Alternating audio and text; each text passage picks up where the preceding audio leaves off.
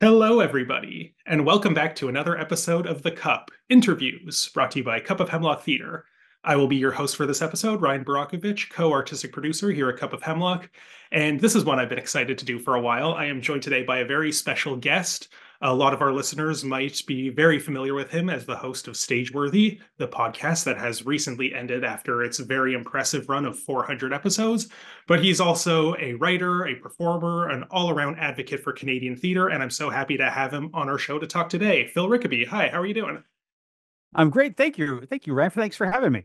Oh, thanks for being here. This is so fun. We have interviewed a few other podcasters on this show before, and whenever I do, I always wonder how it's going to go because are we going to fight for the reins of who's interviewing who? In the past, I've compared it to two pickpockets bumping into each other on the street, each trying to nab each other's wallet. We'll see how this goes. I'm excited either It's way. a really difficult thing, though, right? Because there's the podcaster's urge to ask questions, right? Mhm. And so you suddenly find yourself like, oh, you said an interesting thing, and I want to ask you about this. Oh, but wait, it's not my show. Yeah, I'm the but one being interviewed. if questions come to your mind and you're excited to ask them, I will do my best to answer. This can be more of a dialogue than just a unilateral I ask you the Absolutely. questions, but don't feel any need to take those reins if you would like to just be the guest today. It's the absolute wonderful thing about podcasting is the format can be like you can have more of a conversation, whereas a show that's like a sit down talk show, they have 10 minutes. So they have like, a bunch of questions they got to Yeah. get to it. They try to make it sound like it's off the cuff when it's all planned out. Yeah. And this can actually be like a conversation. That's one of the things I love about podcasting. So do I'm actually curious before we dive too far in. You've interviewed so many theater artists from across the country, but I have to ask, is this the first time anybody's interviewed you, either specifically about Stageworthy or in general? No, it is not. Okay, good.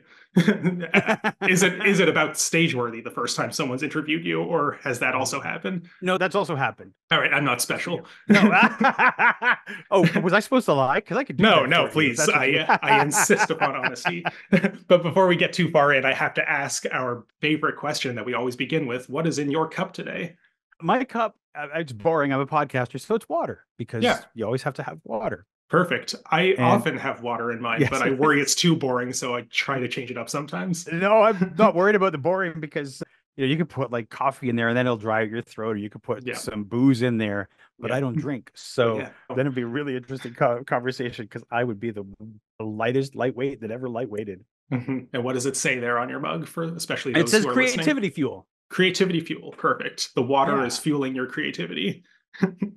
More often than not, it's coffee, but that's how you start the day when Yeah. you're going to write. You fill up the big cup of coffee in the creativity fuel cup, and it keeps you going. Yeah, perfect. And in my cup today, I tried to keep it a little more interesting. I have orange pico tea, still pretty boring, Nice. but I have it in our signature, the Cup Cup. Hey, that's the show you're listening to right now. There's our logo on the other side. Fun stuff.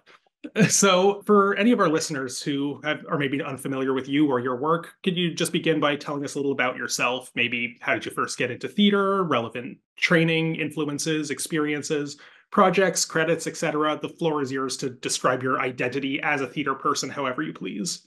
I mean, I have been so many things where theater is concerned. And to start with, I don't remember how I started being interested in theater. Mhm. I don't remember if there was a show that I saw, a thing. Like I do have some vague memories of like going to a theater and there's some show with a clown and he was doing some things, but I don't remember a whole lot.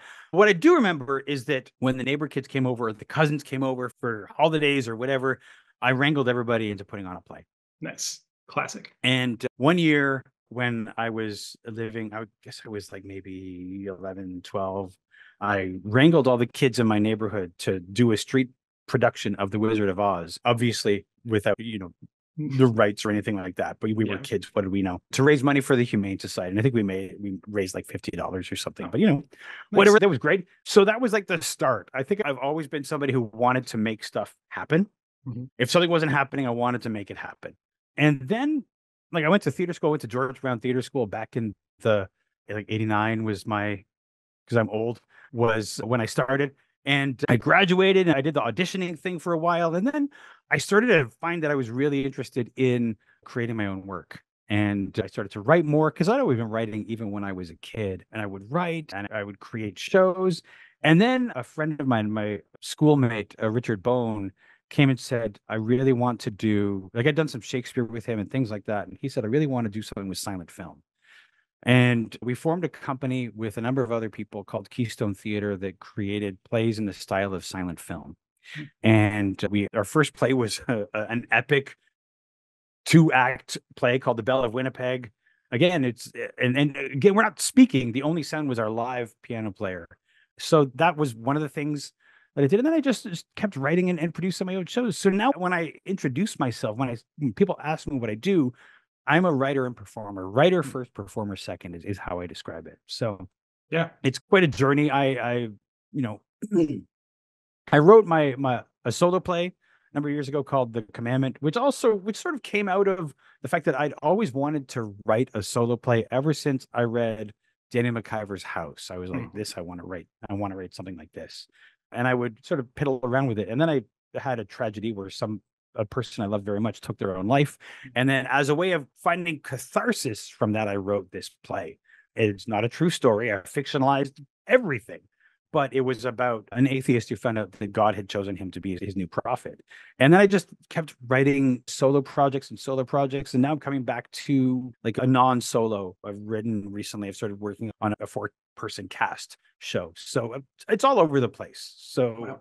Writer, performer, that's the way I sort of see it now. No, that's wonderful. And yes, it's good to, over time, figure out which parts do I like more than the others and where do I really see myself? Because, yeah, it's such a diverse field of various artists. People bring different skills to it. And yeah, finding your niche is always an important part of that. And not to negate the whole, the creative practice that you do as a writer performer, but I have a whole lot of questions about Stageworthy, if you don't mind. No, absolutely. That overshadowing a lot of, and we can come back to a lot of artistic practice too. Absolutely. I did Stageworthy for like 7 years, so it sort of overshadowed a lot of things. So we should definitely talk about it. Yeah. Okay. So, like I said at the beginning, you have just ended this long-running podcast after a very impressive run of 400 episodes, ending on the 400th. And yeah, I've been a long time listener of it myself, and there's just so much I'd love to ask you about it. But before I guess we get to the end of Stageworthy, I want to take us back to the beginning of it. How did you decide to create this podcast? Tell us its origin story. I had been interested in podcasting for a very long time. I remember I started working at a web hosting company and I was doing tech support, and we started to hear about podcasting. It was new. Adam Curry had just basically invented the first podcatcher, which you would download and you could use an RSS feed to download the podcasts and things like that. And I really started to become really fascinated by it. I didn't do anything with it for a long time until I started to think about an idea of the fact that we don't hear a lot of Canadian voices in the podcast world where we're talking about theater. And it really hit home because I was listening to a podcast called Downstage Center that was put out by the American Theater Wing. And at the time it was hosted by the head of the American Theater Wing, Howard Sherman. And he had all of these actors, performers, lighting designers, anybody who did anything in theater in New York. And then one day he introduced Stephen We Met. And he was the first Canadian that I'd heard on the show. And I was like, you don't hear Canadians on these podcasts that talk about theater. And I started to think about why that is. And at the time when I started looking into it, the only podcast at all was Keith Tomasek's. Now it was called the Performers Podcast. He had a different name at the beginning, but there just weren't podcasts featuring Canadian performers. And I thought, well, I could do that. And so I did research, and I knew what I needed to make it happen. And so I started with a really cheap portable microphone that attached to my phone. The audio of some of the earliest Stageworthy episodes are really bad because it's me sitting in a room with somebody across a table with them, having conversations, usually in a really echoey room because we were in the rehearsal hall or whatever. Right. But it was really about having Canadian voices in the podcast world, because I also realized that most people in theater won't ever get a chance to be interviewed. Yeah. We don't. First off, the media sphere has shrunk so much since I started Stageworthy, like in the last few years. It's shrunk so much that there's even less opportunity for a person in theater to be interviewed and to have the opportunity to talk about their work. And so to me, it was really important to do that because nobody else was at the time. Mm-hmm. Well, yeah, that's quite a great origin story. Very noble of you to fill that void, recognizing that there was something that you could heroically swoop in and I will service you could also offer. say, Mm-hmm. that it served it served two things for me. First off, as an introvert, I wanted to challenge myself to talk to people I didn't know Mm-hmm. every week, to sit down and try to have a conversation for an hour with somebody that I didn't know. So that was a big challenge. And also it gave me the opportunity to occasionally talk about my own work. Right. And like if I had a show, I could talk about it on the podcast and hopefully sell some tickets by talking about it on the podcast. Mm-hmm. Yeah, well, and of course, you have your other podcast, The Introvert's Guide, too, that you do with Jess Yes. Gorman. And it's funny, I actually only recently started listening to that one in the aftermath of Stageworthy ending. I'm like, oh, let's see what this is about. And I actually, as somebody who also would consider themselves an introvert and, is always afraid to have like these types of conversations, that, yes, I would say you've done a good job of making it very, comfortable with your guests. You always, I think, if I didn't know that about you, you would never know it from, I think, the way you present yourself in your shows. I think there's a telltale sign that the person who's hosting a podcast is probably an introvert. And that Mm-hmm. is they skip over any kind of small talk. There's almost no how are you, like what's the weather like where you are. There's no small talk. It's like you jump straight into the questions, Like I and all just the did. questions exactly, and all of the questions are about like really important deep stuff. It's just like we're just going to talk about some good stuff and nothing like no fluff on top. Yeah, no, I think that you hit the nail on the head there when I sent you my 20-part list of questions in advance of this recording. Speaking of, meticulously pre-planned questions, you touched on something that I was going to get to later, but I think let's bring it up now because you talked about just the podcast world and different types of theater podcasts that existed. And, this is clearly something that you're interested in. It's something we're interested in too, doing a show like this. Do you have general thoughts about the merits, limits, or potential of podcasting as a medium for covering theater in particular? uh, there is one thing that makes talking about theater in Canada really difficult that it does not happen. There are theater podcasts in the US and in the UK that are wildly popular. Mhm. They have thousands of listeners and they have sponsors and things like that. And the reason they're able to do that is because in the US and in the UK, there are people who are theater fans. They are fans of theater, but in Canada, largely the most people who are fans of theater are people who make theater. Hmm. And so you end up you're basically talking inside baseball.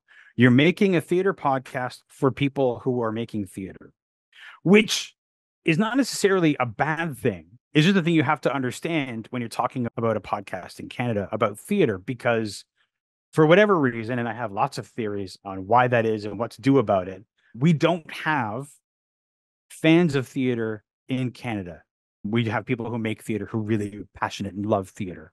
And I think that's the one thing that makes podcasting about theater in Canada really difficult, because it's a very niche topic. You are not going to have listen, you're not going to make money from the podcast. You're not going to have those kinds of numbers that would allow you to make money. And you're not going to be famous from doing it. You're never going to like do an arena show or even a theater show with your podcast, like interviewing somebody. It just doesn't happen. So yeah, I think the main thing about podcasting about theater in Canada. If you can accept that though, there's a lot to learn because there are so many people in the theater, and not just actors, but directors, playwrights, and stage managers and publicists and all of the people who are part of the theater world. You could never interview them all. No, Like I never. did 400 episodes, I think, including roundtables. I must have spoken to almost 1,000 people. Mhm. And that's scratching the surface. Yeah. So there are so many interesting stories to hear from people. And in that way, I think that podcasting about theater in Canada is really exciting. As long as you are aware, as long as your eyes are open to the limitations of podcasting about theater in Canada. Mhm. It's interesting. Sorry, you're provoking a lot of thoughts here with what you're saying. And would you be upset if I pushed back a little against some of it? Sure, go ahead, Not please, not please. not to debate. I'm just No, kind no, of no, please. curious because, well, I think you're absolutely right. The theater culture in Canada is very different, and certainly, like when you're at a show at Tarragon or Crows or whatever, by and large, it is like, you're surrounded by fellow theater creators or artists or people within that tight knit community. But there are like Mirvish and Shaw and Stratford. You find yourself surrounded by a very different audience that I'm sure you already have thoughts about where I'm going with this, but they're clearly not all the theater artists.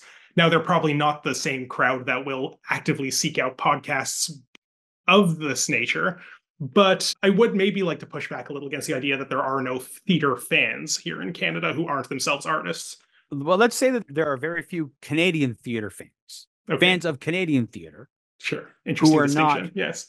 that. I mean, because if somebody who's going, a lot of people are going to a Mirvish show or an equivalent show, they're not going because they're generally fans of theater. They're going because they want to see the big budget musical, right? They might be musical theater fans, which means that they're really excited about going to Broadway and to see shows in New York when they go, but they don't seek them out here. They go to New York to see those shows. Here, they see the shows when they come here, or when they go to Stratford. That's a very different audience for the most part than necessarily goes to the Mirvish shows. A lot of those shows, a lot of the festivals, they do survive on, locals and people from around the area, but also bus tours that come up from Buffalo and Rochester and things like that. They carry a particular type of theater fan.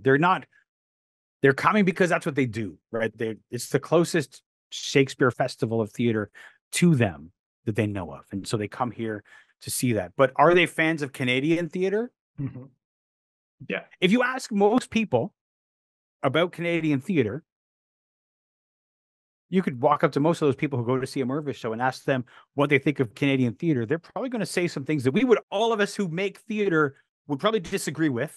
But sometimes when we're being critical, we would also, like, deep down kind of agree with. But they're going to say something about Canadian theater in the same way that people talk about Canadian film. It's boring. It's too full of itself. It's not exciting. It's all of this sort of stuff that people say about Canadian products. So I think there's two kinds of people: the people who are fans of musical theater and the festivals, those two festivals in particular, and people who are fans of Canadian theater, or people who like Canadian theater. Okay, that's interesting. And because we're going to be talking about Canadian theater a lot, I'm actually curious, going off script entirely here. How do you define Canadian theater? Is it the soil upon which it is staged? Is it the author must be Canadian? Is it performed by Canadian artists? Must it engage with inherently nationalist themes in some way? There's a lot of different frameworks we could be applying here, and I'm curious which one you use when you say Canadian theater. When I say Canadian theater, I am largely speaking about plays that are written by Canadian playwrights, produced by Canadian theater companies. Okay. To me, both things going together make Canadian theater. Whether the show is, I don't know, a sci-fi epic about a post-apocalyptic world in which a group of D&D gamers fight off zombies, to another kitchen drama about a coming of age story about life on the prairies or whatever, that whole thing, as long as those two things exist to me, Canadian playwright produced by a Canadian company, then to me, that's Canadian theater. Okay, so, and both of those need to exist and be conditions that are satisfied for it. So Soul Pepper is doing Streetcar Named Desire later this month. That is a producing company that's Canadian, but not a Canadian playwright, so not Canadian theater. Correct. However, if a Canadian playwright manages to get an American producer to produce their thing, I'm going to call that Canadian theater, because fuck that guy managed to. Can I swear on this podcast? Yeah, we usually try to keep it PG-13, one F-bomb per episode. I never did that with Stageworthy, so I don't like insisting on it, but we try. I should have asked beforehand. If that Canadian playwright manages to get an American producer to produce their show, then good on that guy. And I'm going to call that Canadian theater, because Canadian playwright, whatever it is, Canadian playwright. I think, to me, that's what lies at the center, the bedrock of Canadian theater is the Canadian playwright. And then this, because the second criteria I said was produced by a Canadian theater company. A lot of times, maybe the first production, a workshop production, is a Canadian theater company, and then maybe somehow some American producer might hear about it and throw a ton of money on it, but that doesn't really happen. Mm-hmm. Well, and so often we use being produced or exported to other countries, usually the States, as the metric of success for a Canadian show. Certainly for the musicals like Come From Away or Drowsy Chaperone, but in general, how do you feel about needing to validate Canadian theater by its appeal to non-Canadian audiences? I will tell you the one thing that I will say about if a show manages to get picked up by an American theater company, the one thing that guarantees it is something that it can't get in Canada or rarely gets in Canada, and that is subsequent productions. Mm-hmm. Because in Canada, generally, a show gets produced and then we toss it on the pile of Canadian plays that sort of get looked at once in a while and maybe get done at a theater school. Mm-hmm. But for the most part, in some very rare instances, a show will have a life outside of its first production, its premiere production. But those are very rare things. Right. So you're willing to cede the validation apparatus to the Americans if they're able to get these works back up on their feet after their initial production. I'm not saying I like trade-off. Yeah. I'm not saying I like it. I wish that we had a mechanism in this country that if somebody has a play that's successful and the metrics of what makes a play successful, we could argue about for ages. But if that show could have a life, have a chance of being produced over and over again at theater companies, theaters all over the world, that would be wonderful. But not every play is George F. Walker's Strozzi. No. Yeah. Fair. No, I think that's interesting. Yeah, given a lot to think about here.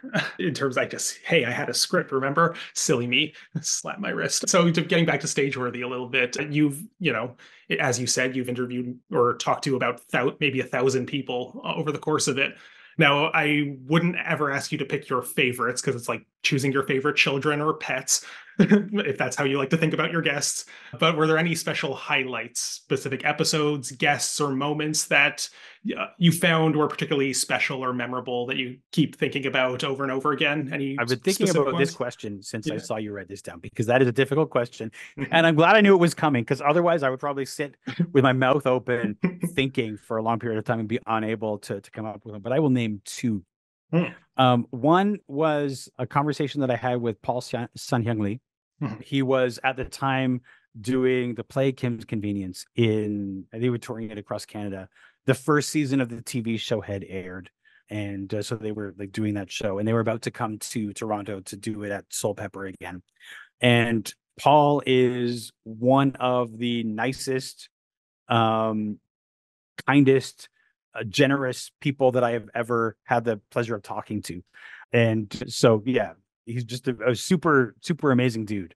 The other one is a conversation that I had. I posted about it recently, but it's a conversation. I think I know which way you're going with this. I saw that post. It's a conversation with the intimacy coach, Siobhan Richardson, and a live action role playing game designer named Nicole Winchester. And we talked about emotional bleed in theater and how it's the thing we don't talk about. And it's the thing that I still think about. I think that we should have a discourse about it. I think that it should be a thing that we continue to talk about. I think that every theater school should have a course where they talk about emotional bleed, and so that students are able to deal with it instead of having some kind of awkward moment during a theater run, or hooking up with somebody during their theater run, having a showmance, and then having that fizzle out either at the end of the show or even worse, during the run, or blowing up their own relationship because they happen to confuse the emotions that they have. It's such a huge topic. And I think we only scratched the surface in that conversation, but I think it's something that should be talked about a lot. No, it's a huge topic that, clearly we're all exposed to this on some level. Any of us we've worked in theater, but I never really knew that there was even a language for it until seeing that episode. I will say that it was something that there was no term for it until the live action role playing community came up with one. Because I'm gonna show my nerd heart here. Okay, Please, I spent many years live action role playing. I didn't do boffer weapons where people hit each other with foam swords. I played Vampire the Masquerade, so we all pretended we were vampires. We were huge nerds. But the thing is that you are still portraying a character, and you are still going through the motions of having emotions. And so in the live action role playing community, they started to come up with ways to talk about the feelings that came up, whether it was a subconscious rivalry that you had with somebody, or romantic feelings that you had with somebody that came out of the role playing or whatever, a way to deal with these things so they, again, didn't blow up your life. They've spent maybe 10 years talking about this. And the theater world hasn't even bothered to talk about it because we just sort of like, it's a thing that happens and we don't talk about it. It's like the dirty secret of theater that nobody wants to deal with. Mm-hmm. Yeah, no, I think it's a huge topic. And I like how you mentioned things like rivalries or subconscious like hatreds or disputes that maybe even, and not just the showmances as the one thing that we tend to associate with this. Like a bit of a pet research project of mine is the portrayal of Shylock throughout history. And I Right. have read a lot of interviews with actors who say that their castmates, when they're in productions of Merchant of Venice, treat them badly because they associate them with the character in an interesting way. And yeah, so I think there definitely is certainly a burgeoning field of psychological study, I guess, or at least intimacy practice that needs to be done here to really grapple with, how we deal with the human resources that we are working with in these No, spaces. you're absolutely right. And it doesn't just belong in intimacy, right? Intimacy is part of it. And that's what, Siobhan has all kinds of tools because I think it mostly comes up in a more destructive way or a more embarrassing way, or like it blows up people's lives more when we're dealing with feelings of love or romance. That's why, somebody like Siobhan is well prepared to talk about it. But you're right. There are other areas where we should be talking about it as well in terms of rivalries. If we are enemies on stage and that's coming out in our actual interactions off stage, then these are things we need to talk about as well. Especially if those two enemies are going to have a sword fight on stage, then you really got to make sure that you've worked out all of your personal grievances and have done the fight choreo meticulously and are respecting all the protocols. Certainly. Yeah. Certainly that is also important. Lots of things we need to take into account here. No, it's great. Yeah. So when you were doing a show like Stageworthy, how did you decide who would be featured as a guest on the show? Okay, here's the truth of the matter: is I committed to doing a weekly podcast. Yes, you did. No one made you decide. No, I know. To I do that. committed to it. I am well aware of who did that to me, and it was me. But when you commit to doing a weekly podcast, you have to do a podcast each week. That is how the week works. Yes. How did I decide who was going to be a guest? For the most part, whoever wanted to. Mm-hmm. I'm always made sure to have a bank of episodes. A minimum of 6 episodes ahead is what I generally recorded. Though sometimes it would be more when lots of people came to me.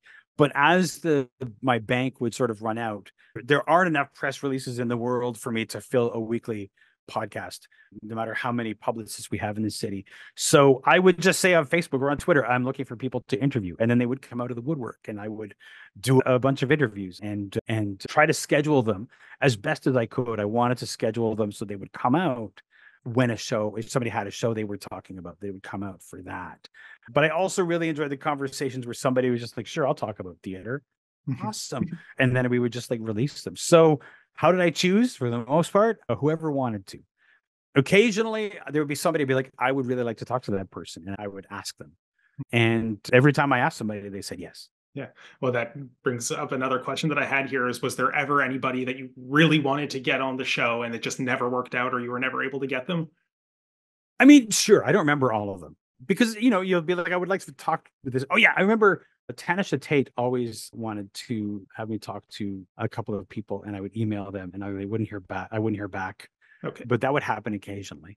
And sometimes it's just scheduling, right? I think I messaged Glenn Sumi 6 times. We had back and forth about 6 times or so before he was. Yeah, you did get him eventually. I listened to that episode. I did get him, but it was all about timing, right? Mm-hmm. Because Glenn was a very busy man. Mm-hmm. He was, the only reviewer at Now Magazine in those last few months, reviewing theater through the pandemic, and even after theaters were reopened, he was there so he was reviewing all of the shows. He was very busy, so it was hard to pin him down. But then we found some time to do it. Mm-hmm. Yeah, no, I'm glad. Even the ones that you were like, oh man, I really wanted to get, eventually you did. And, when you sort of decide that you're going to end something, I guess that also puts pressure on if there was any last ones, like your final episode was with Peter Hinton. So was that one that you'd had in the works for a while? Peter Hinton, that was actually one that fell into my lap. Really? Peter Hinton's husband, when he heard that I was ending, suggested that I talk to Peter Hinton. And one of the I was ready to totally fangirl over Peter Hinton, and I will tell you why. Because for years, even before I started doing Stageworthy, when Peter Hinton was the artistic director of English theater at the National Arts Center, he had a podcast series called The Interviews, where he would before the matinee or the first matinee or whatever, he'd have a little conversation. He'd talk with a playwright or an actor in the show or something like that. And I loved it. It was a great way to like connect with theater that was being done at the NAC and to hear a very intelligent person ask really intelligent questions about theater. And so I listened to every episode of The Interviews that I could until he finally left the NAC. So I was thrilled as a podcaster to talk to somebody who had been such a big podcast influence. What an appropriate one to end on, which exactly feels very fitting. That's great. Yeah, I have like all these weird, like very minute questions about various like chapters of Stageworthy and different things you try. Absolutely. Well, one thing that I thought was really interesting is after you returned from a hiatus in early 2022, I think it was, there was a brief period in which you wrote these mini essays that you presented aloud at the beginning of each episode. So what was the reasoning behind that, and why did you stop? So the reasoning behind that was because I have a whole lot of opinions about theater, and I felt like I felt really an urgent need to say them or to write them out. And the reason I stopped was really quite simple. They take a lot of effort and a lot of time. And again, not being paid to do the podcast. So it was designed when I started it to be something that was done with as little effort as possible. Like my editing, for some podcasts you'll go through and you'll be like, this whole section it can go. Oh, this person is sort of stumbling over their words. I said a lot. I'll take those out. That's not what I did. My whole editing process was, okay, when do we stop talking about bullshit? And then I'll go, stop here. This is the sort of the conversation. Edit that out. Toss in an intro and an outro. Boom, done. Because in order to maintain a weekly podcast while still having a full-time job, it needed to be as low effort as possible. So anything that adds effort means that's more time. That's more effort, more time, again, that I'm not being paid for. And, when you consider that, like how long did each episode take to do, not just the recording and the editing, but also the finding the guest, doing some research. I didn't do a lot of research on the guest. I think maybe you did more. I had really extemporaneous conversations with people. So that's probably another reason why I was always nervous before the podcast recording started. But then also after that, editing, uploading it, creating an image for it, writing posts for it, trying to make sure there was in later years a transcript for it, and all this sort of stuff. There's hours and hours of work. So also writing an essay and recording that essay and putting it at the beginning, as much as I thought it was cool, it ended up being a lot of work that I just didn't have time for. And I think you only did it for like 4 or 5 weeks before you eventually brought it to an end. Yes, because that's how long it took for me to be like, this is a lot of work. I'm spending a lot of hours on this. Yeah, exactly. Yeah, no, but I thought they were neat. And I'm curious, did you write each of those essays within the week that that episode was leading up to when it came out? Or were a lot of them things like you had banked or had notes on for a long time that you just could sort of cobble together into the essay? I know it's a while ago if you don't remember the specifics. No, I remember exactly how I did it because there were a bunch of topics that I wrote down that I wanted to talk about. And the way that I would do it is I'd pick up a little portable recorder like this. And for anybody who's listening and not watching the video, I have a little portable Sony recorder, and I would just ramble about the topic, walking around my apartment, just rambling around about the topic. And then I would import it into a transcript generator, and I would make a transcript of it, and then I try to make sense of it. Nice. No, that's perfect. That still took a long time. Oh, of course. But I feel like even longer maybe to sort of piece out the. Oh yeah, because then you've got to be like, parts. oh yeah, I said this twice, or no, this is an introduction. It's a lot of work, and it just ended up being. It was more work than I had. I don't know. I had banked on. And something else that I remember thinking was not necessarily strange, but interesting about the little chapter of your podcast in which you had these essays is that they were seldom directly related to the guest that was the rest of the episode's substance. which it was interesting. And I didn't know how I always felt about that, because I'm like, okay, this is like a nice food for thought. But then I was maybe expecting that. And this leads us to so and so, who also has thoughts on this. And we are now going to interrogate this topic. And it almost felt like there was a disconnect between the two parts of the episode. There was a disconnect because I recorded the podcast interview like maybe 6 weeks before I was actually putting together the essay. Right. If I was a better planner, if I'd like really thought it out, I would have like taken whatever we talked about then and crafted some kind of like rant or monologue around that. But again, I was flying by the seat of my pants. It was just like an interesting thing that I wanted to play with. No, and I think it was neat and a very interesting experiment. But then it also, because there was that disconnect too, if I was like, oh, Phil said something interesting in there that I want to revisit, how do I find which episode had that essay? Because I know. if I'm scrolling through all of your episodes, like, was this it? Was that guest? Like, thankfully, they were kind of segmented into a small period of time that you could sort of sift through at least those ones. But yeah, I do remember wanting to revisit some of those and having a hard time finding them. Yeah, should probably tag them better on the put something in the title to specify featuring a mini essay on the star system in Canadian theater or whatever. Oh, yeah. That's another topic, but you know, yeah. Yeah. No, I thought that was really cool. Speaking of things that happened in 2022 in your trajectory, you started adding, and I think this kind of followed through pretty much until the end, an intro to your episodes, like a new intro. You had various different ones over the course of the many episodes, but in this recent one, you specifically specified that you were on a journey to learn as much as you could about Canadian theater outside of your local Toronto bubble. And the majority of the guests you had still were from that Toronto bubble. So I'm just curious, how do you feel like that journey went, and what was sort of the shift in your mindset that made you want to prioritize that? It was sort of a call to action for myself. It was like I wanted to talk to people outside of Toronto.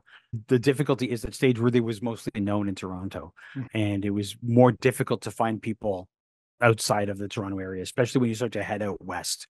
Because when you start heading out west, then you get into time zone issues. Like when I'm ready to record, they're still at work and all this sort of stuff. So it becomes a whole thing. But for me, it was a challenge. It was a way to say, what I want for this podcast is not just to be Toronto. I want it to be Canada. I wanted Stageworthy always not just to be about Toronto. I wanted to talk to artists from all over Canada. I was always happy about the artists that I was able to talk to who were not from Toronto. Each and every one of them are people that I think I didn't have enough time to talk to them. I think I could have talked to them so much more. But yeah, it was really a challenge to myself, a thing that I wanted the podcast to be, because I think Canadian theater is more than just Toronto theater.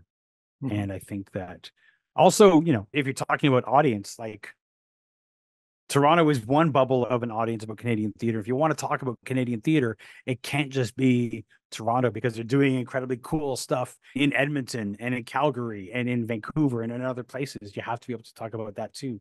And for me, like, I wanted to know about all of it, as much of it as I could, about all of the aspects of Canadian theater. Like, what is the Canadian theater scene like in Edmonton when Fringe isn't on? Like, what is it? What happens, or what makes it cool? What makes it different? And so it was really a challenge for myself. It was a call to action.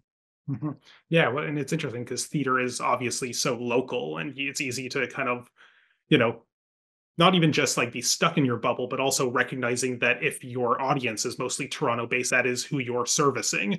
And I guess that you have to question, like, do you want to show your audience people that they know and will be excited to be like, oh yeah, I know that person's work, or I've met them many times, I want to see what they have to say? Or do you want to introduce them to different people that they maybe would have never seen the work of or heard of, and just show them a different perspective? Absolutely. I mean, I often thought about, because there's cool stuff that happens. I remember a number of years ago, Kat Sandler wrote a play for the theater in Edmonton where there were two plays, but they happened at the same time. And actors who walked off stage in one play, walked on stage in the other play, like timed out specifically. And I thought that was genius, and I wanted to see it. It's like one of those shows that I regret that I could not just jump on a plane and go see it, because I wanted to see it probably multiple times just to catch as much as possible. But like the fact that exists in Edmonton, and that I will never see it in Toronto, is both exciting about theater, because there's a whole different scene out there, but also one of the tragic things about the distance between all of our theater bubbles in the country. Mm-hmm. Yeah, no, that's so much food for thought here. So, as I said at the very beginning, Stageworthy has now come to the end. And, do you have any reflections about the role that you played in covering, publicizing, documenting Canadian theater during your tenure? Um, Thoughts. That's a really interesting question. Not to make you Um, feel self-indulgent or that like no, no, I did no. so much more than anyone else, but you did a lot, and I think a lot of people recognize that, and it's worth thinking about your legacy, if you will. I think, to me, the important thing is that there are people that I spoke to that I certainly never would have known if I never would have known if I hadn't done the podcast. There are people that have become friends of mine now because I spoke to them on the podcast. There are people whose work I discovered because I spoke to them on the podcast. And I'm a better theater creator for that. And I think that just generally the fact that there are so many artists who, like I said earlier, who got to be interviewed, who may not have ever been interviewed, and if it wasn't for a show like Stageworthy, and that was like I'm really proud of that, and I'm really proud of the work that I did during the pandemic before I went on hiatus because like I kept the show going when the theaters were closed. And I kept talking to artists both about how they were doing during the pandemic, but also what kind of digital theater they were making and things like that until it became too difficult. That's why I went on a hiatus at around 2021, 2022, because it was getting so difficult to talk to people. It was hard to find people to come on because I think that the artists were burned out and the effort that it was taking to find guests was just becoming too much. And so I thought it would be best to take that hiatus. Mm-hmm. No, yeah, I think it's fair.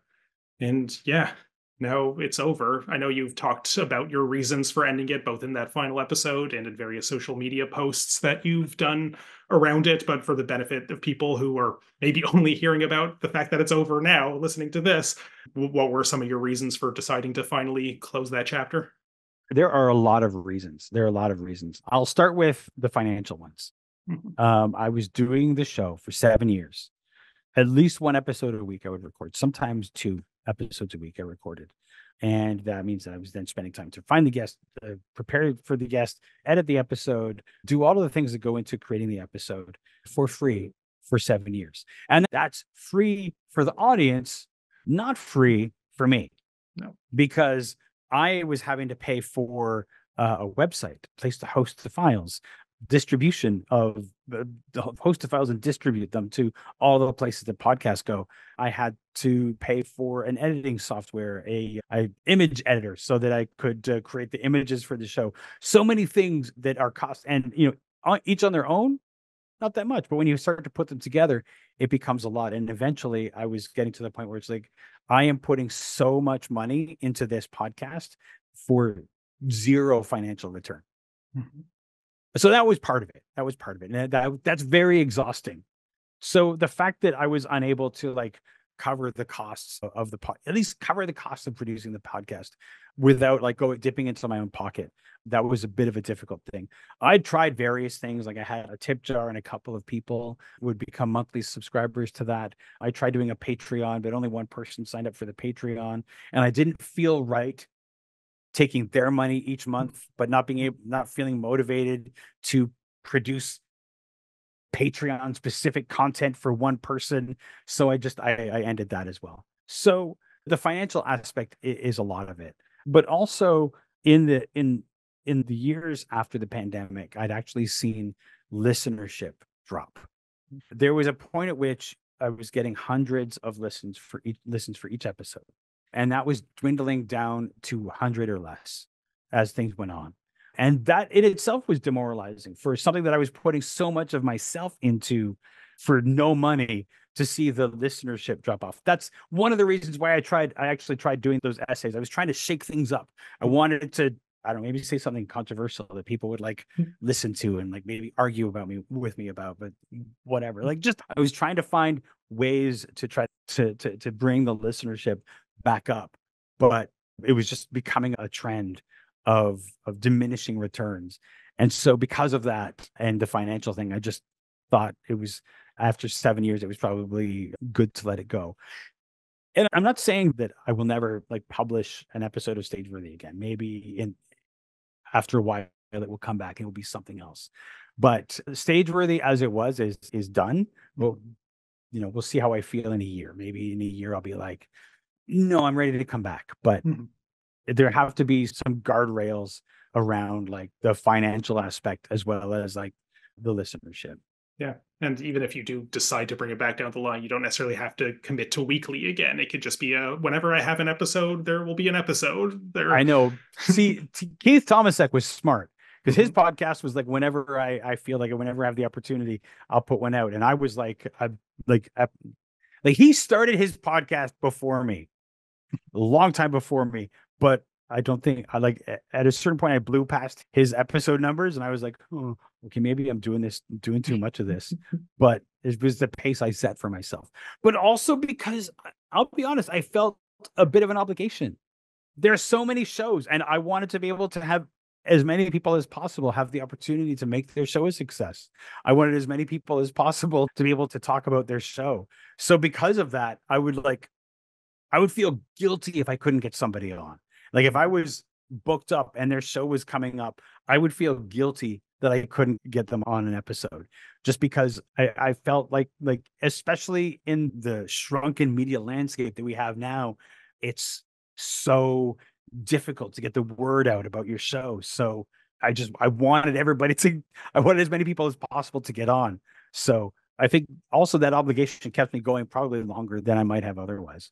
I'm detecting an element of martyrdom in what you're describing here. Not intentional. Not Mhm. intentional because I feel like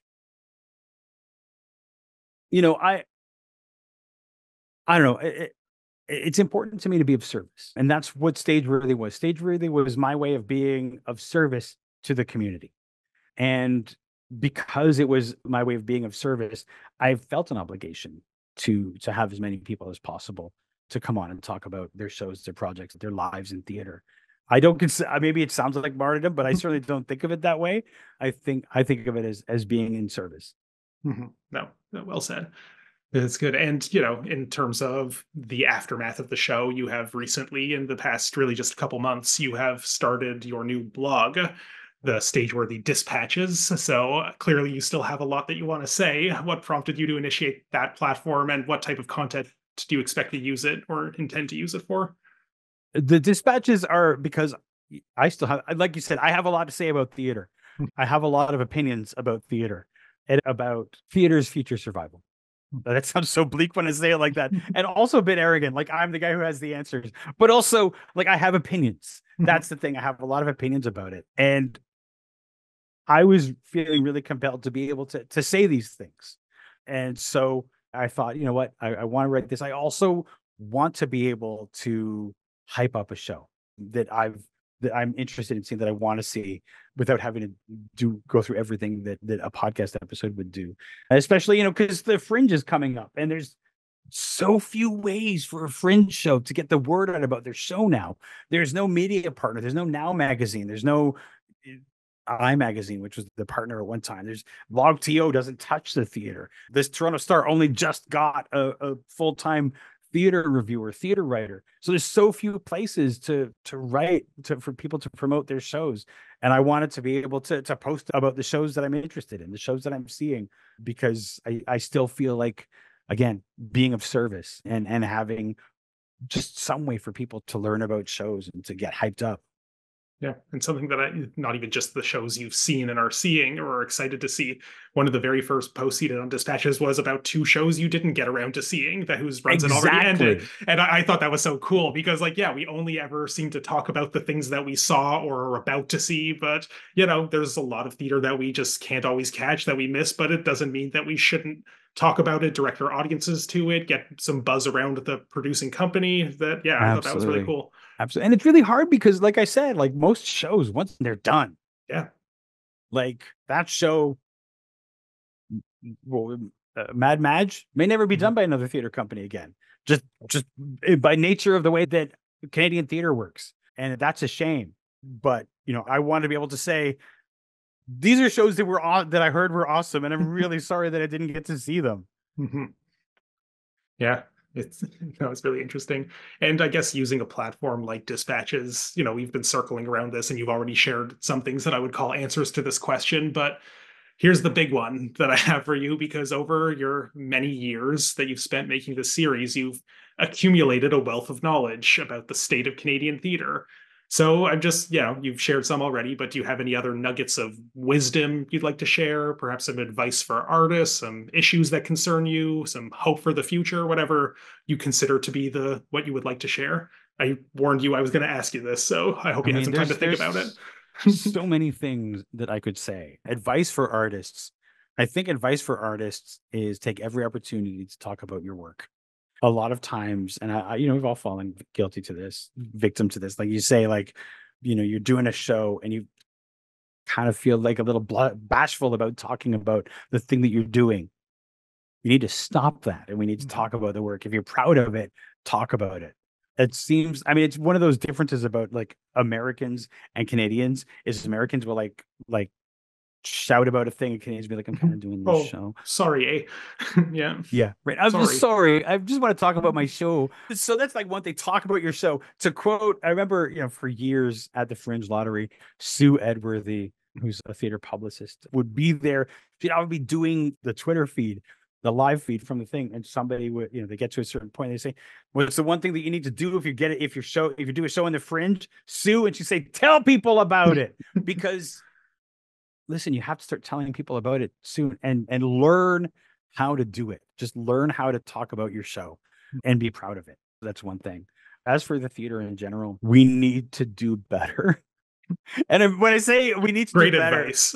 I know I had we'll get right on that. End of that statement. Do better. No, what I mean by do better is we need to do better about talking about the theater we make, whether that's how we advertise it, whether that's how we position it.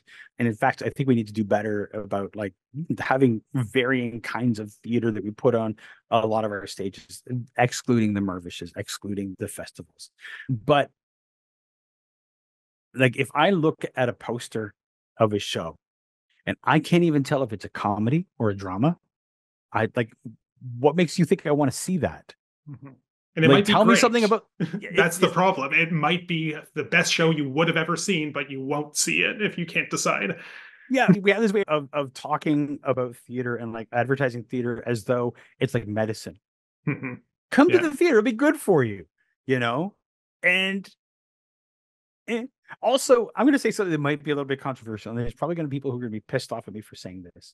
We also have a tendency to hype up mediocrity. We will hype up a show that's kind of good and we'll talk about it like it's awesome. And some of our news media will talk about a show like it's awesome. And then somebody who's not from the theater will go and see the show and they'll be like, that's weird that everybody thinks it's awesome. I guess I don't understand theater. I guess it's not for me. Because theater's especially, I don't know if it happens in the States, but here, theater is the only thing that I ever hear somebody say, oh, I saw a play once. I didn't like it. Nobody says that about movies. Nobody says that about TV shows. Nobody even says that about music. Yeah, I listened to a song once, and you know what? Music's not really for me. Yeah, exactly. I didn't like that one song, so no music ever. Exactly. Yeah. But people will say that about theater, and I think it's because we hype up shows that are okay as though they're awesome, and then people go and say, "I heard this thing is awesome. I'm really excited to see it," and they leave being like, "I guess I just don't know what theater is." Yeah, and I think theater sort of exists because it exists sort of in its own ecosystem and its own bubble that is sort of separate from the rest of the arts. Whether or not it should be is a different story, but for better or for worse, that is how it operates in our artistic sphere right now. Is that I don't even know if it's just that we overhype the mediocrity is what misleads people into thinking that if this is the best show that everyone loves, then theater just isn't for me. I feel like there isn't really like a segmentation of different tastes in theater, that if you are a theater person, you will see as much theater as you can, regardless of genre or style. That's not counting like the people who just see the like big Mirvish musicals who you call like the Broadway fans, or the people who just go to Stratford during the summer and then don't see theater all year round. But I think we do have, I'm going to see 4 different shows this weekend, and they are all very different from each other. But by virtue of being a theater person, I'm excited for all of them.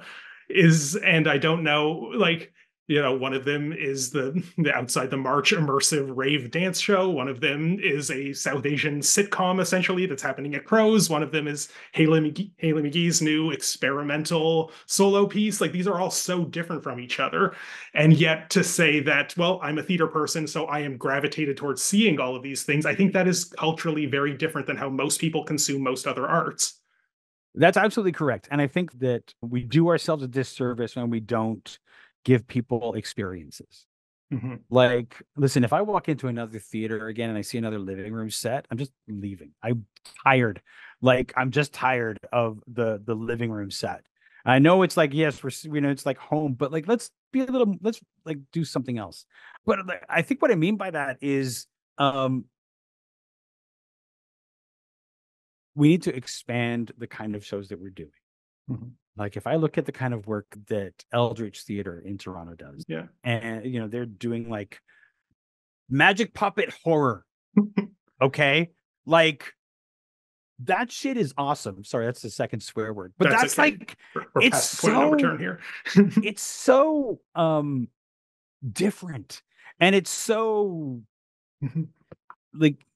And the truth of the matter is, Eldritch has found that magic thing where a lot of their audience aren't even theater people. They just see Eldritch shows. There's a whole audience of people who just see Eldritch shows. Yeah. But they do that because Eldritch is doing something nobody else is. It's weird. It's spooky. It's Cthulhu. It's all of this like horror stuff, but also weird and wonderful. And I think that we could embrace our weird and like really give people experiences. When people will pay $50 or more to go see the works of Van Gogh projected on a stage. But they're doing that because they're being sold the experience. Yeah. And we're giving them small experience. We're not giving them something that they can like Instagram or take a picture of, or really like they don't understand why you have to be there for theater. They don't understand why being in the room is the most amazing thing about theater, because we haven't told them that. We haven't shown them that. A lot of people, they don't see the difference between going to a movie and going to the theater. They don't know that, like, I had somebody ask me once, this is like a coworker who was like, why theater? Why that art form? Why not just film? And I said, because in theater, if you slap someone on stage, the entire audience gasps. In the film, if you slap someone in a film, nobody cares. They might be invested personally, but it doesn't have that atmosphere. It doesn't have a visceral, nobody has a visceral reaction to it. But in the theater, every time they do. And that's the difference. And we have to sell that to people. We have to advertise it in a way that's exciting. I'm going to call them out because I'm so tired of the Canadian stage companies advertising. Like, every time I see a poster for a Canadian stage company show on their main stage, not the Dream in Hyde Park, but every time I see one of those, it's like a guy sitting there or standing there. And I don't know what this show is about, but I know there's a whole bunch of advertising quotes from outlets I don't know about, but I don't know what this show is. Like, why does that make me want to see the show? Tell me what this show is. Give me a sense of it. Like, I don't know. We don't know how to do posters in the theater. And we need to and people hate when I say this, but you have to look at Hollywood posters, look at movie posters. And some movie posters are guilty of this too, where they just but because I guess there's more of a star system in Hollywood than there is in Canadian theater, if Tom Cruise is on the poster, it doesn't matter what the movie is, people will go see it because they love Tom Cruise. Absolutely. But we don't have that because we don't have stars in Canada. So we have to work harder. We have to find ways to create compelling. I remember years ago, I was at the Halifax Fringe Festival, and Gillian English was doing her show She-Wolf. Which we lost a treasure when Canada lost Gillian English. She doesn't live here anymore. She moved to Australia because she found the theater scene there more welcoming. But we lost a treasure when she left this country because her shows were incredible and still are. But every show that she does, she has a striking poster because that's where she starts. Like, before she creates a show, she's like, can I sell this? What would the image be like to sell this show? And that's very commercial. And we don't like that, but it's so important. Like, we should be doing that. Anytime that somebody wants to do a show, that's like, if you want to do a show and you want to advertise that, you want to create a compelling poster, start thinking about what your poster looks like on the first day that you decide you want to do that show. Because if you wait until like 6 weeks before that show is supposed to open, forget it. It's over. Mm-hmm. You waited too long.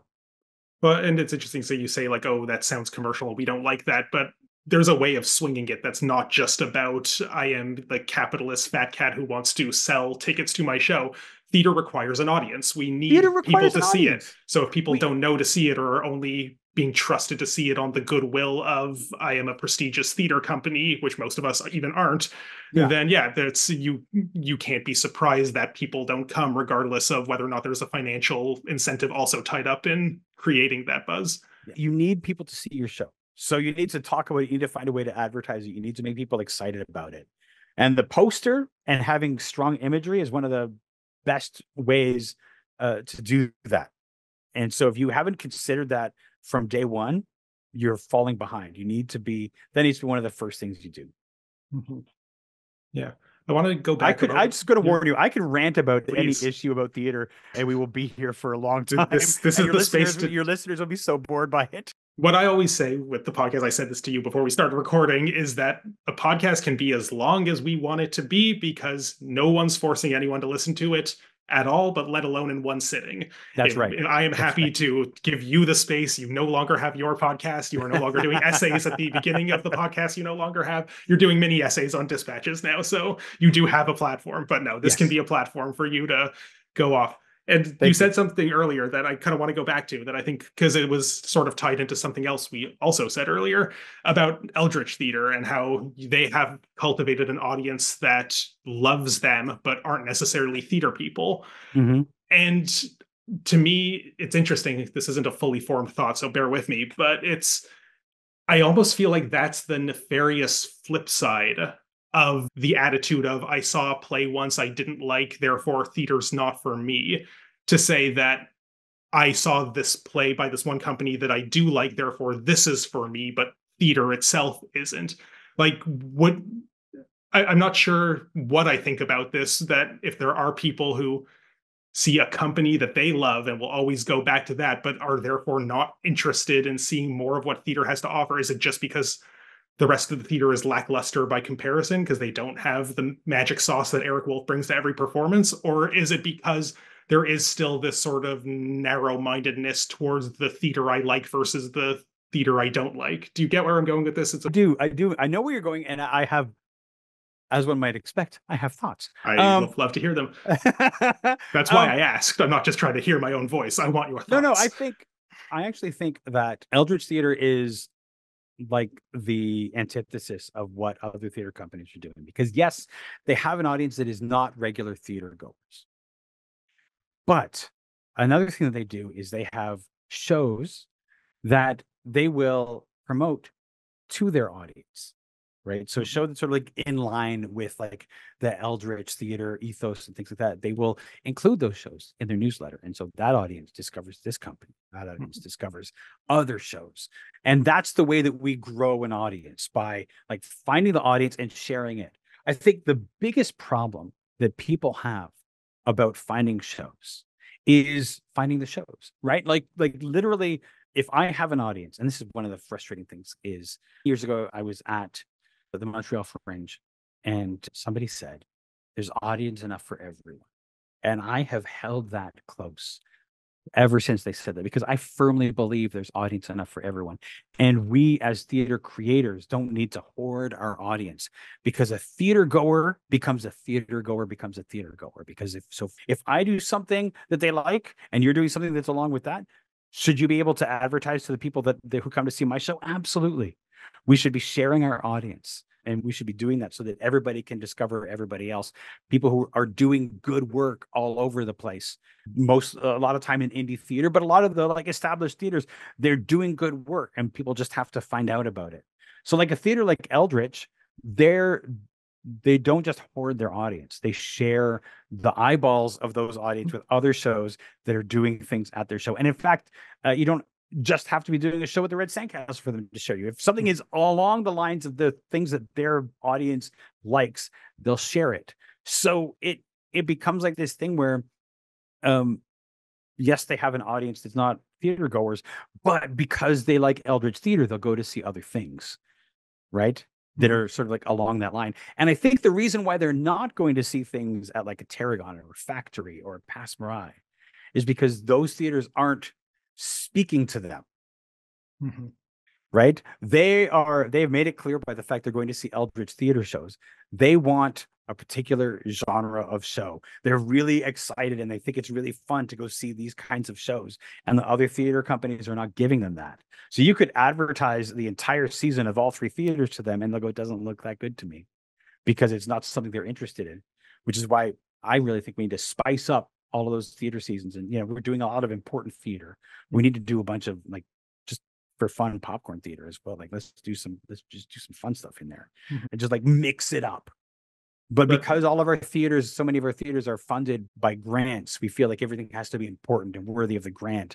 And that's the downside to the system that we have. It's not capitalist. We're not having like all of this capitalist money so that we're doing like another jukebox musical or turning another movie into a musical. But the downside is that we're doing stuff that a granting body might like to fund. Mm-hmm. I still feel like, I love everything you're saying, and I think, yes, we're getting to the core of some things that need to change. But I also worry that it's still cordoning off different kinds of audiences in different ways and maybe not being as expansive as developing a new theater audience. Because let's say, for example, Pass Marai puts an Eldritch-esque show in their season, and Eldritch eyeballs it and gets their audience to go see that. Unless they're going to now make a whole season of things like that, because maybe that's the best-selling thing in their season. If that audience is be like, okay, well, now I think I like Theater Pass Marai, and then they go see a legitimately great show else at that venue, like Luke Reese's As I Must Live It, one of the best shows I think I've seen this year so far. Fantastic, definitely not an Eldritch show style. And so they see that and like, oh, well, this isn't what I thought I was getting into. Doesn't it still sort of make them retreat from the wider theater world and really kind of just focus on, I will seek out the genre things that I happen to find personally engaging? Okay, so first off, I know Luke's show was amazing. I didn't get to see it. It's one of those ones that I have regrets. And I just use that as a random example because it came to the top of my head and it was really good. But yeah, let's think about it in terms of like a movie trailer. So you go to see, I don't know, you go to see Oppenheimer last summer. And the trailers that they're showing before Oppenheimer are unrelated to Oppenheimer. But in amongst those, you're like, that looks good. That looks stupid. That looks good. It's sort of the same thing. You got in the door, right? Now you're in the door, you're seeing a trailer and you're interested in it. I kind of feel like going to Theater Pass Marai. Now I've discovered Theater Pass Marai. I'm looking at their season and that show looks kind of good. That show looks good. Maybe I'll go check those out. But now I've seen one show of theirs that I liked. And now I go to see another one, I didn't like it. But now I've had the experience of liking a show at their theater. That's taught me that, theater it's not just that I don't get theater. That show's not for me. But there's other shows that are. And I could go and see some shows. Of course, going to a theater show is a lot more expensive than going to the movie. So we have to contend with that as well. But I think that it's like you're opening a door. So yes, you do the popcorn show and that brings people in the door. And now they get the opportunity to discover all of these other shows that you have going. And I feel like it opens things up for them. I guess part of where my concern is coming from is that, let's say the popcorn shows do amazingly well and people love them, and suddenly the companies are realizing that, well, these shows are selling so much better than the other shows, which many of which are legitimately great in their own right, but very different from that. What's stopping that company from, being incentivized to edge out the hashtag important theater only to make room for, I'm not saying it's unimportant, the popcorn theater too, but it is a different type of, idea of what theater is or can offer, and a limiting view of what theater can offer if you only focus on that type of show. Sure. But I don't think any theater would just focus on that. We have the advantage that it's the disadvantage and the advantage of having our theaters funded by grants and by donations and things like that, because they don't have to just look at the capitalist aspect of it. If we were funded the way that shows on Broadway are, where an investor comes along and says, "Oh, it's this much, but I expect a return on my investment," and that's why almost every show on Broadway is an adaptation of a book or a movie or something like that, or a revival of something, because these people, the investors, just want to get their money back. So we're losing a lot of the creativity of like shows the way that Broadway used to be, original shows. But because our theaters are funded by grants, the money doesn't necessarily all come from the audience. And in fact, that's another ranking entirely, because we have the grant, the audience matters less. Right? Because we already got paid. We already got our grants for the show. The audience matters because we need the audience, but like a hit show in Canadian theater, it doesn't mean that the show runs that much longer. Anyway, what I mean is, great. Yes, yes. But what I'm saying is, I kind of lost my train of thought. Sorry. Just that because of the way that our theaters are funded, we don't rely on the commerce. We do rely on the audience to keep us going. Like their money does help subsidize things. So we need them to come in. But a theater can definitely say, so here's how we do it. We have if our season is 5 long, we do 2 popcorns, three series, right? You could break it down like that, because we don't rely on the commercial aspect in those theaters to make the art. Does that make sense? It does, yeah. I'm also kind of just thinking that there's a flip side of it, and I know we're going on all kinds of tangents here, but a flip side of the flip side. You know what? The thing about it is that like, you know, Hollywood. Okay, so Hollywood knows that people go to see the blockbusters, like they go to see the summer action movies, right? They go to see these sorts of things. Less right now, but that's a whole other thing that the movie industry is trying to figure out. So that's happening. And then you have, like, in the fall and winter, you have the really serious stuff, which is the award-winning stuff and the more serious film, not movies, but film. Yeah, season fare. Exactly. But that's, even though those don't make as much money as the summer blockbusters, but they're still making them, because I think there are people who are invested in making art. Right. And I think that if we were to just do popcorn in Canadian theater, we would get really bored of that too. Right?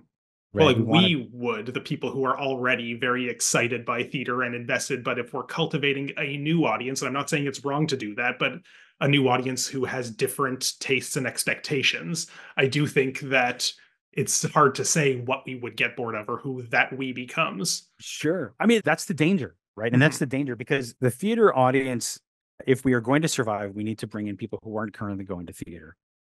Right. They tend to be young, but not all. But generally, we need to bring in people who aren't going to theater, because otherwise our subscribers tend to skew older. And because of that, it's a terrible thing to say, they're not a long-term purchaser. There is a shelf life, yes. There's a shelf life. There is a shelf life. But so they have to be replaced by something, right? They have to be replaced by people. And we need those people. But we need to be able to, it's the dichotomy of the Canadian theaters, right? So all of those theaters, Theatre Passe Muraille, Tarragon, Factory, they have their subscribers. They have people who go. And those are the people that are going for sure, right? But they can't be the whole audience. There's not enough of them. But because they're the sure money, we tend to cater to them. Right. So we tend to do things that they want to see. We don't do things that people who aren't going to theater might want to see. It's like that risk, right?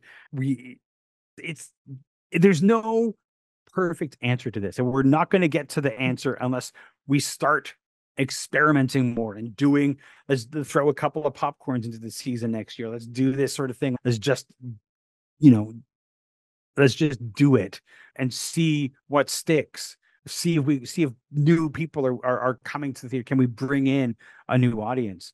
But to know what that will become, we have to do it, and we're largely not. Yeah. No, and I think the subscriber bases and the fact that young people just cannot afford to subscribe and commit to however many, even if in my case, I've only ever subscribed to a theater once for one season, and it was Tarragon when I was in undergrad, and they had a very good student subscription rate. But other than that, I see so many plays every year. I would probably save money if I subscribed, but I can't necessarily make the financial commitment to that, even if And yeah, so the subscriber model is clearly not going to be sustainable for this generation that is trying to be courted, even people like myself who Yes. are already giving them too much of my money. Yes. But that's, Uh, yeah. a couple of years ago, Joshua Chong, before he was the Toronto Star's full-time theater writer, he wrote an article about the theater companies, the theater seasons, and how theater needed to change. And one of the first comments about that, because he was talking about theaters, not just talking to the old white people. Mhm. The first comment and the most like the top comment on this thing was like, if the theater isn't going to talk to me, if it's not going to be for me, then I don't want it. I'll take my subscription somewhere else. Which illustrates the problem that theater companies have when they go out, when they start talking about doing new things. Well, and the subscriber model breeds entitlement that Oh, you are the 100%. wealthy patron keeping it alive. We cater to your needs and wants. I have worked as an usher in a theater during the subscriber weeks, and yes, it breeds entitlement. Mm-hmm. Yeah, and I don't know what the solutions to that is. Like you said, there is that dwindling shelf life of the subscriber audience, and my generation isn't going to replace it. We will hopefully keep the theaters alive, but not in those funding structures. But But yeah. we could do it, but we need to give people an idea of why it's good to go to the theater. Mhm. Like, what are they going to get out of it? How is it exciting to go to the theater? We need to find ways to tell people that. And instead of just showing them a picture of a guy with a bunch of quotes, show them why this is going to be an awesome experience. I even see it like, I look at like on YouTube sometimes trailers from these shows in London come up, these original shows at the National Theatre come up. And I'm like, I wish I could see that. Look at that. That looks amazing. Because they know how to advertise their shows and we don't. Mhm. Yeah. Yeah.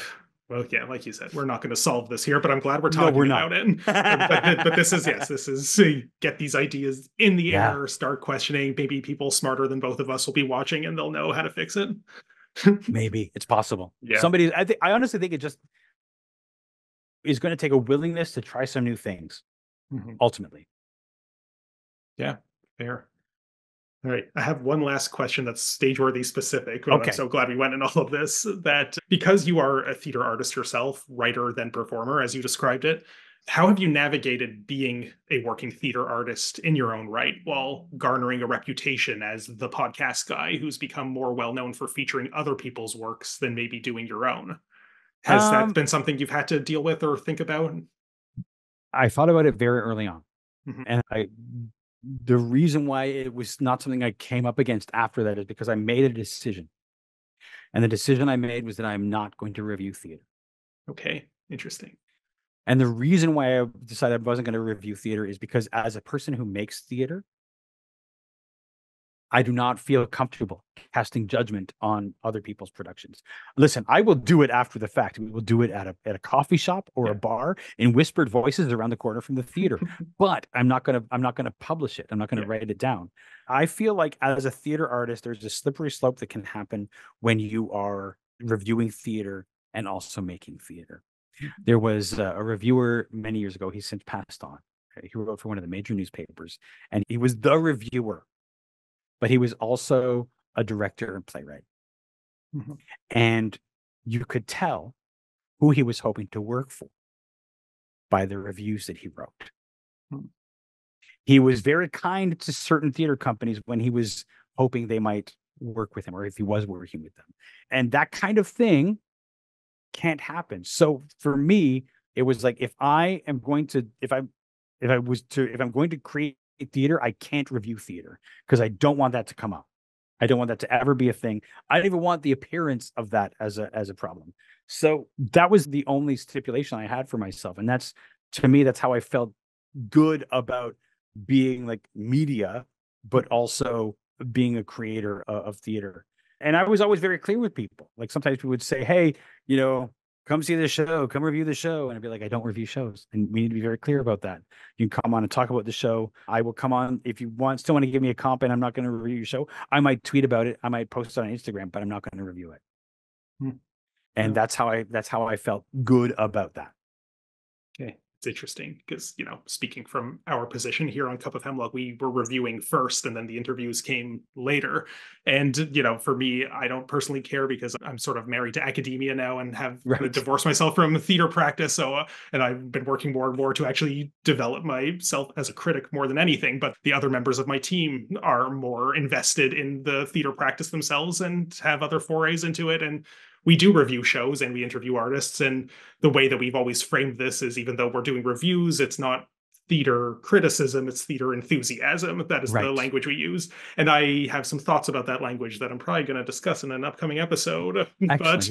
But it does create questions because, and you mentioned earlier, your concern that we tend to talk too positively about mediocrity and give this sort of overinflated sense of it. And when Mhm. you adopt an ethos of not criticism, enthusiasm, you are likely to do that. You're always looking for Yeah. more of the positive things you want to say, not because we're saying, please hire me, coal mine theater. Look at all the nice things we're Yeah. Yeah. saying Yeah. about you. Yeah. But, it does, there is a line that I know the other members of my team are a little more trepidatious of walking than I am. Not that I sort of breach the spirit of enthusiasm. I still also try to keep things positive and less on the critical end, at least when we're on the cup. Elsewhere is a different story. There's Mm-hmm. also the fact that, like, as a person who makes theater, I have a lot of friends in theater. Mm-hmm. If I go see their shows, will I be kinder to that show because I know them? Right. And that's the thing that you have to balance. Like, okay, so I'm going to see the show. Good friend of mine is in it. What am I going to say about it? Oh, I mean, I know there's a lot tied up in this. Like, I don't want to be in that position. So I never reviewed stuff. Yeah, no, and it's fair. And you've certainly, with your interview platform, it's just friendship galore. You could be friends with everyone and you don't have to worry about what you say or the opinions you voice That's exactly there. right. And Yeah, and let's face it, there's sometimes when I am glad that I interviewed somebody before I saw the show. smart. You know, You don't like, have to name who some of no, no, those no. were, but There's yeah, there's 400 episodes. yes. You'll never figure out where it was. But there are a few where I interviewed the person and then afterwards I left their show thinking, I'm really glad that Yeah. I had interviewed them before I saw that show. Well, and it's interesting. I have the reverse of that, where I have yet to do this, but there have been some episodes of this show that I've wanted to do where a show that I have given a more negative appraisal in the review wing of the cup, I've been like, I want to get the playwright on the show. And I've gone on the record to say, I didn't like your thing. Can we talk about that? Like, would you talk to me about it? That's Or do such a you, fraught thing though. And I could yeah. see, I mean, I think it would be fascinating to do that, to be able to have that conversation. But Mm-hmm. But like, I don't know. The reason why I haven't done this, and if anyone have ever said anything negative about your show is listening to this and be like, oh, I'll go on and talk to you about it. Like, I would love to do that, even just as an experiment. But I like, I just wonder what's the point. Like, is it just like is part of it motivated like an ego validation thing of me is like, I want to look you in the eye and get you to admit your show is bad. Like, that's not what I would like this to be. But if they really maybe weren't happy with the product that they created, like, what am I accomplishing by bringing them on here and having them admit that? Like, am I backing them into a corner that if I've said insightful things that I've noticed about their show that they didn't think of, like, is it fair to them to make them feel like they're being interrogated? Not that I would want to try to create that atmosphere, but I feel but like that's what could happen. it's a fascinating question, right? It's a Mm-hmm. fascinating question. But I mean, the most important question is like, what are you trying to get out of it? Mm-hmm. What would be the purpose of that? And would it be a fascinating conversation? It very well might be a fascinating conversation. But you sort of have to decide again for yourself, like, what is our purpose in doing that? And I think for me, it kind of comes down to two things: that it's the purpose would be the reviewer doesn't get to have the last word. Even if they are the one facilitating this interview, it's still that, I am not monologuing from on high about everything wrong with this show. And then good job me for determining that these are people. And also, there is like an ethical dimension of it for me of I do have to think about the people who make the work, that it's not just this disembodied artifact that I get to consume and comment on, that it is like in the nature of not just recognizing the humanity of the artists, but also realizing that, yeah, you put more work into this, me making it, than I put into consuming it and coming up with my critique. So I do want to hear, what were you going for? Was I off base? Like, I am open to being challenged in my appraisal, but I worry that if I make someone feel flustered, will that be the result that comes from such an episode? I don't know. I'm Yeah. workshopping various ideas with No, you it's a here that very, I've it's yet a very to different, think it's a through. very difficult question. And I mean, I think when you go into a show and you're reviewing a show, you think about seeing the show in a different way than if you just went to a show to see a show. Mhm. Yeah, of Right. course. If you know that you are going to review the show, you're going to be thinking more critically about the show. Mhm. And nobody else in the audience is doing that. And it's interesting to think like that. This audience is having a great time, but I don't like this show. Mhm. Do you not like the show because you sat down to think about the show in a critical way, or or are they just dumb? Like that's the like. Yeah. It comes down to like thinking about going to see a show to review it changes your relationship with seeing a show by its Yeah, nature. I think that's fair, but it also, I guess, comes down to the fact that when you are, at least in terms of like a consumer-oriented criticism, you are trying to think with the audience in mind, separated from just your subjective perception, however much you could do that. But that also becomes part of what changes your perception of the show, not just Mm-hmm. what I think of it or the criticism I apply to it, but what do I think people will think of this? Will they want to spend their money for this? Should they see something else this week instead? It's so hard, and I think I think most reviews should comment on the audience's reaction. I love when they do. I feel Like like that. I Yeah. do too. Like if somebody writes, I didn't like the show, but the audience the audience I was with seemed to be having a great Yep. time. I have a sense that maybe I might like that show, you know? It's like, because Yeah. I think it's important to say, like, yes, I'm the critic, and for these reasons, I didn't particularly like the show, but the audience was having a great time. Yeah. No, that, and I think that's fair because I think the critic has it in their mind that I am going to do my best to appraise it from my perspective, but also try to extrapolate that to the audience's perspective. That Yeah. how can I be the most representative audience member there is? But you're not by virtue of being a critic. So yeah, reporting on what the rest of the audience does, even if or especially if it's in contradiction to your own reaction, yeah, I think that does go a long way and could maybe make an interesting case for the show, even when you're saying mostly negative things about it. For sure. For sure. Yeah, absolutely. No, that's okay. So I still had a few other questions here, if you don't mind. Are you do you No, go ahead. again? Yeah, Do you no, need we're to leave good. at any time? No, we're good. Well, we scheduled this episode recording strategically for after the Fringe program Yes. went live. So, as somebody who knows all of the theater artists, you have your booklet right there. I have I've from the website, I've written out my tiered ranking of everything I'd like to see. So, Yeah. do you have anything in particular that is exciting you or that, you want to shout out? I know you've already done a few of those on dispatches already, but let's Listen, I think that there's a couple of things that I really want to point out. Sex T-Rex is doing crime after crime after crime. Mhm. I saw this show during their last Toronto run. And I know that they rejig things, they find what worked, what didn't work, and they go through it afterwards. And they make adjustments, and they always make it better. But listen, it's Sex T-Rex. And if you don't know Sex T-Rex, I don't care. Buy a ticket. Because yeah. you're going to wait to buy the ticket until everybody is raving about the show. It'll be too late. Mhm. A Sex T-Rex show will sell out, but if you manage to get a ticket, you will not be sorry.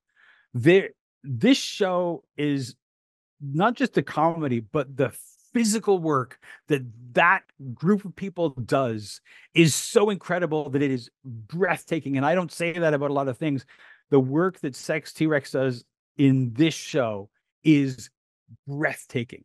And I've seen them do a train chase in a show, and everything about that pales in comparison to the things they do in this show. Mhm. I have an embarrassing confession to make. What's that? I have been going to the Toronto Fringe my entire adult life, and I have never seen the Sex T-Rex show. You need to And stop that, and you need to get a ticket. I've told myself this is the year that in the past few years, it's because I've waited too long and they have sold out. But for just a long time, I'm like, oh, what is this thing? And then, the more I hear about it, I'm like, I need to see it. And it just always, for some reason or another, doesn't work out. But this season, I'm booking early. Yes. You cannot wait to buy tickets to that show, because if you wait, you won't get tickets and you will be sorry, because it's the show. It's going to be one of those shows that everybody is talking about. Yeah. You heard it here first, folks. Anyone else you want to shout out or that you're excited for? There's a couple. I wanted to talk about Escape from Toronto 2024. Okay, yes. Tamlin Bryson and Rod Peter Jr., they've created basically like Escape from New York, but they change it just enough for each city they do it against. So last year, I think they did the Escape from Edmonton. It's basically Tamlin plays Snake Plissken from Escape from New York, and they create this Escape from that city action epic for the Fringe. And the Edmonton Journal gave it like 4.5 stars last year. So like, and the Edmonton Journal is like, they're pretty critical of the Fringe shows that go to Edmonton. So I definitely am looking forward to that one. And also Girls Night Cabin Fever, written by Cassie Davidson, is another one. It's like a horror farce. And again, it's like that genre thing that we don't get a lot of. And both of those shows are genre. In fact, Sex T-Rex is genre. It's like 3 crime periods. Like, it's film noir. It's a 70s heist movie. It's a buddy cop, a 90s buddy cop movie. Like, these are all like genre shows. So I guess that's what I'm into this year. But like that and the Girls Night Cabin Fever, just like it hits that part of my theater going brain. It's like, I don't usually see these things on our stages, and I'm really excited to see those. Yeah. And you know what all 3 of those shows have in common? Great posters. You know what? You're absolutely right. You are absolutely right. And that only occurred to me because you brought that up as an important precondition for drumming up enthusiasm for your show. It's not just that. It's a lot of times. So here's the thing. And I mean, I pick up the physical program for Fringe every time it comes out. I wait to get it, and I go through it like a Bible. Like, this thing, by the time Fringe is over, this thing will be beaten to hell. But the number one thing you can do to make me not want to see your show is have a bad image in the program. Like, if it's just a clip art image that you just like, sometimes that can be charming if it's done in like a nudge ironic way. Sometimes I don't want to unilaterally say that it's always bad. Most times when I see it, it's like, no, you didn't put a lot of effort into this. Yeah. You thought about this at the last minute. And that's always the thing that like makes me like, okay, so you didn't put a lot of effort into how you're going to advertise this show. But yes, having a great poster is a great way for people to see the show. And all of those shows have great posters. Yeah, it's good. And there's like exciting photographic images. They took time in advance to get costumes, stage things, make it, in the case like Sex T-Rex, they've done the show before. So that's handy to have those images already on hand. But yeah, it's give something dynamic for the audience to look at and say, you will see this and more if you go to the show. Absolutely. What's on your list? I have a whole bunch. So my tiered system, so last year for the first time, we on the Cup got a press pass. So that kind of changed the game for me in terms of the volume of what I was able to see. And I'm hoping we will have one again this year. It's weird the way that I make my tiered list is I have tier 1, which is the social obligation of I just need to see this because people are in it. And I'm almost reluctant to sort of shout those out as just like, this here. Things just that I thought seemed really interesting, just looking at it, find themselves in tier 2. You have no social obligation. I just think this looks cool. Let's see what we got here. And, I struggle to remember why I even wrote some of these. I'd have to go back and even see what the reasoning was. Something called Artificially Intelligent, I just thought had a neat sounding premise that's sort of right of our moment right now, where we're all grappling with AI ChatGPT. That I think is like the show is co-written with an AI, and that's going to be, we're also going to be doing a post Fringe roundup on the Cup here. So we'll be talking about all these shows after I've seen them, and I'll have much more informed thoughts there. Right. Yeah. Yeah, I obviously have Sex T-Rex on here because I know this is the year I have to. I just have to. Colonial Circus, I thought that looked pretty interesting. I'm a sucker for, there's a lot of clown themed shows this year. I noticed it's a big one on here. Let's see, what else do we have here? Dead Right. I don't know a lot about this show, but it feels like a spiritual successor to a show I saw last year called, was it Dead End, or it was, I forget. I could be wrong about the title. It's escaping me now, but it looks like a lot of the same artists and has a similar sounding title. So I'm like, yeah, I will see that. It's a tape, I think. Yeah, there's a lot of interesting people in there. What else? The First Jew in Canada. So I saw that title and I was like, okay, this feels like it's trying to pander to me specifically. So I don't know if I want to support that. But then I saw the subtitle, which was A Trans Tale. And it's about how the first Canadian Jew was also a trans person. I'm like, okay, I feel less pandered to, and now I'm intrigued. So I don't know. I could go on and on. I have a lot written here, but And tune into our post Fringe roundup if you want to hear my thoughts on everything I wind up seeing. It's always difficult. And this year there's, I think, an additional thing, because that makes things a little bit difficult. This year, a ticket to the Fringe is $18. And while I understand it, I know that a while ago there was a push from a lot of the touring artists, touring fringe artists, to like increase the price of the ticket because things are more expensive. Like, and they're thinking like, if I'm traveling across Canada, I need more than $10, $12, whatever it is, to be able to afford to do this. Mhm. And I get that. But on the other hand, it's now a barrier to going to see a show. It is. When the theater ticket is $12 or $15 or something like that, even up to $15, I think you could be like, I sure I could drop that. And if the It's show's still not cheaper than good, most theater that's right. tickets, I don't but feel 18 is kind of getting there. Yeah. exactly. And now Mhm. it's like, now I can't see as many shows as I normally would. And I'm less likely to take a chance on a show because I'm paying more for that show. It's a double-edged sword. And I see both sides. The artists are spending more to have the show in the Fringe. And there's less opportunities after the Fringe. I even don't even know if we have the opportunity anymore for a show that does well on the Fringe to go on to do like to have a life after the Fringe. Since Kim's Convenience, has there been a show that debuted at the Fringe and has gone on to have a life either being taken up by another theater and touring around and that sort of thing and having a life outside the Fringe, or was that the last one? I certainly the last big one. There are I can think of plenty of other examples where the same self-producing company will bring their show somewhere else Yes. after the Fringe. Like I just saw Insert Clown Here again at the Theater Center, which I loved at last year's Fringe. And Uh, that's different though. I'm thinking mhm. about like the show that like Yeah. is liked so much. For example, like My Mother's Lesbian Wicked Wedding or Yes. Yeah. whatever that that which eventually gave us Come From Away, but like David Mervis saw that and said, I want this on my stage. Does that sort of thing happen anymore? It doesn't, It, but it kind of never did, is the point that I think I'm getting at, is because even Kim's Convenience, the example that we always point to, Innes Choi was already in the Soul Pepper Academy when he wrote it. yes, And but that's he who wound did up producing it. sure, but he did receive other offers from other companies Mhm. after that run at the Fringe. So it's not just that, but also like there are shows that have gone on to do things after the Fringe. It has happened, but I don't know that's happened anymore. So is I don't know. It's a difficult question, right? We want as many people as possible to see our shows, and we don't. The Fringe is the chance that we get to see shows outside of the norm.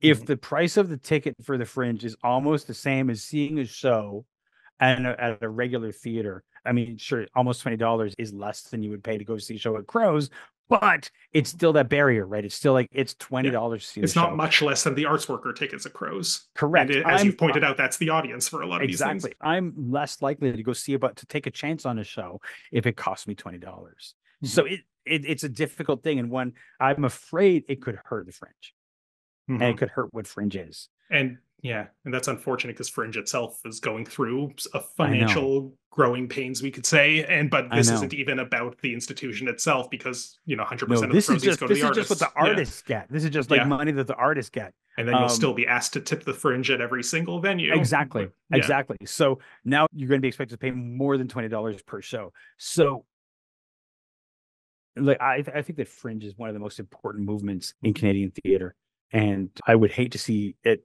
fall away because the ticket prices were too high, or for Mhm. whatever reason.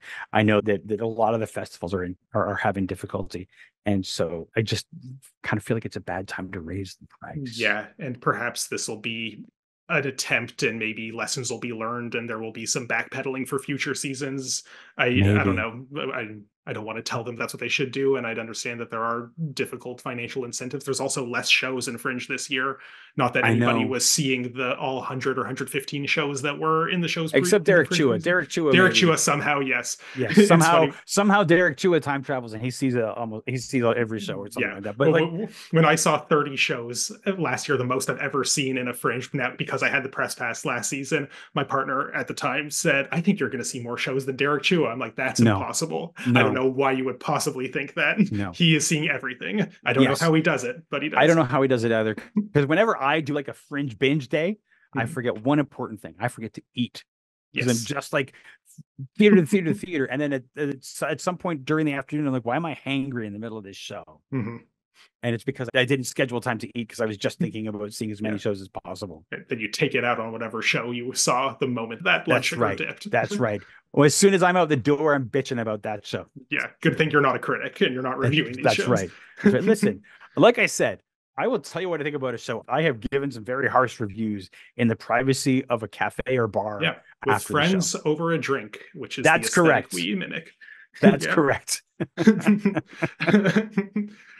Okay, so that's Fringe. So yeah, everyone go out, see Fringe shows. Hopefully that cost isn't too much of a barrier to entry, but there's a lot of great artists doing exciting work that you can only see at a venue like Fringe, and we do hope that it continues to be successful year after year. Listen, if you're just going to have to choose one show, Mhm. if the barrier to entry is very high and you have to choose a show, I don't know. All the other shows will hate me if I say Sex T-Rex, but listen, You're allowed to give a strong endorsement for something you like. see the show. Again, if you could only see one show, buy the tickets now, because otherwise, if you Mhm. wait, if you go after that first weekend, those tickets are going to be gone. Mhm. Yeah, no, it's fair. And like, yeah, obviously that's one that comes highly recommended. But one of Yes. my favorite things about Fringe is take a chance on something that would have never been on your radar otherwise. That's something that I think everybody who does fringing should do. Pick something kind of at random, or just because it happens to be at a venue that you were already seeing something at, and it's what comes up next.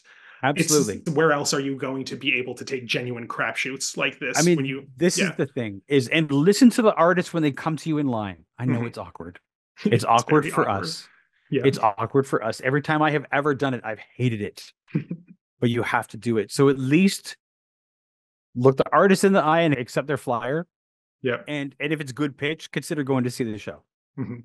I've started since last year. I've been also flyering to promote the fact that we, a Cup of Hemlock, are reviewing shows. I made these like little business cards for that, and I feel like people are always like, "Oh, sorry, my schedule's full. I can't see your show." I'm like, "No, don't. I am not selling you on a show. I have this for you. You like shows? Hear me talk about them." I know it's so rough. It's so rough. Yes, but everybody's got to hustle some way. That's right. Yeah, so you'll see me around the Fringe handing out my little business cards, and sometimes people are like relieved that like, oh, good, it's not someone trying to pressure me into seeing their show, but then they You just know, crumple it up and probably don't yeah, commit it to I actually memory. had I had a thought. One thing, we talk about taking a chance on a show, and if you're thinking like, I don't want to take a chance on a show because $20 is a lot of money, but I don't know what shows to see, I want you to go to the Fringe Club in the evening, Mhm. and I want you to strike a. I will never do this because I'm an introvert, but if Yeah. you're not, strike up a conversation with somebody and ask them what they've seen that they like, Mhm. Yeah. and then go see that show because the Fringe Club is where you can find out what's got buzz. See, that's essentially what I feel like I do in our post festival roundup, but not with strangers at the tent. I do it with my two best friends on our show. Right? That's Yeah. just, let me just tell you about all the great things I saw. Yeah. Absolutely. Okay, well, yeah, so please, people, support the Fringe, tip the Fringe if you can, but also see as many shows as you are able to do because, yeah, the artists need butts in the seats because that's what makes it happen. Absolutely. Mhm. So now that you've, brought Stageworthy to an end, you have more time to work on your personal projects, theatrical Yeah. or otherwise. Is there anything that you could tell us about what you're currently working on or something you might have up on the horizon? So yeah, in December, I'm going to be presenting a Christmas horror play, a solo Christmas horror. Will it get the Uh, eyeball from Eldritch? it very well might, because it's going to be at the Red Sandcastle. So Well, then of probably course it it will. might. It's called It Sees You When You're Sleeping. Mhm. And it is about a Christmas loving dad who reluctantly brings an elf on the shelf style doll into his house and discovers that it is actually a malevolent presence. Mm. Like That talking Tina from the Twilight Zone. Probably worse, but it's pretty bad. So that's something I'm working on. I will be launching a crowdfunding campaign to help fund that in the next month or so because theater got to get paid for. And yeah, so that'll be December, probably about mid December. That'll be Okay. happening. All right. So yeah, we Yeah, can also promote that on our platforms when it gets closer to when there's tickets to be purchased. When you have awesome. Yeah, the crowdfunding link, send it our way and we'll try our best with our modest yet mighty audience to get the word out. absolutely. I would appreciate that. Yeah, of course. And you also have, I know we alluded to this earlier, we've gone on quite long, so we don't have to talk about this in detail, but you ended one podcast, but you do have another that I've I do recently have gotten another. into and have been enjoying, The Introvert's Guide to. Yes, the Introvert's Guide to, which I produced with my friend Jess Gorman. And she came on Stageworthy at one point, and we talked about being introverts in the theater. And and then I sort of had this idea that maybe it would be interesting for two introverts to talk about like living, being introverts in a world that's made for extroverts. And so we started to do that. It has a more relaxed cadence than Stageworthy.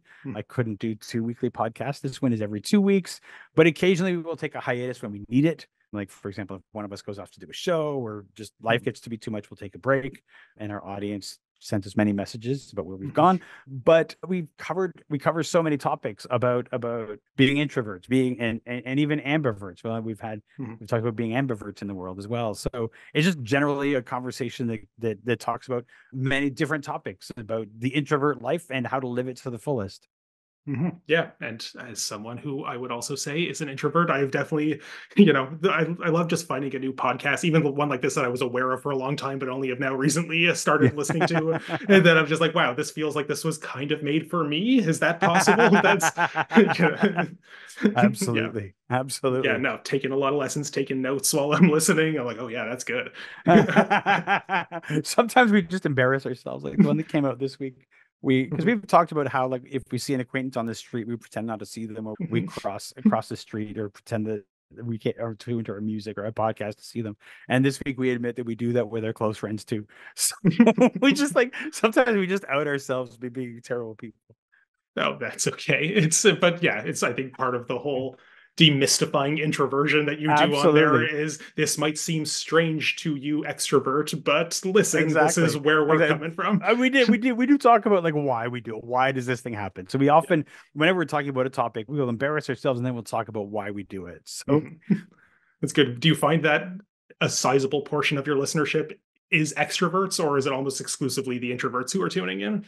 it's largely the introverts. Occasionally we've had people write in and say, "Thank you for this podcast. You helped me understand my introvert." Okay, that's So good. that does happen. That does happen. So I do think our audience is large, because the listeners who do write into us are pretty almost exclusively are introverts who say, "Oh my God, thank you. You're saying the Yes. things that I think," or Yes, you validate thank the you thing that I thought was weird. Yes. exactly. Or, "Oh my God, it's not just me." Because a lot of introverts are surrounded by extroverts or people who act like extroverts, and they feel like, "Oh, I'm the odd one out. Nobody else is like me." And they find out that, like, actually literally half the population is kind of like you. So it's really helpful, and people sort of like, we get a lot of, "Oh my God, I'm so glad I found this podcast" emails, which is really great. Yeah, no, it's good. And I'm glad that there are extroverts listening in who are able to kind of find more like, the recent episode you did on what'd you call it, social punishments, Oh or the yeah, way that social people, I punishment. was just like, oh man, Absolutely. that stings hearing about that. Yeah. Yeah, Yeah. yeah, Oh okay. yeah. So, We both knew that one was going to stink, because we were going to say things that had been said to us that mhm. neither of us particularly likes. Yeah.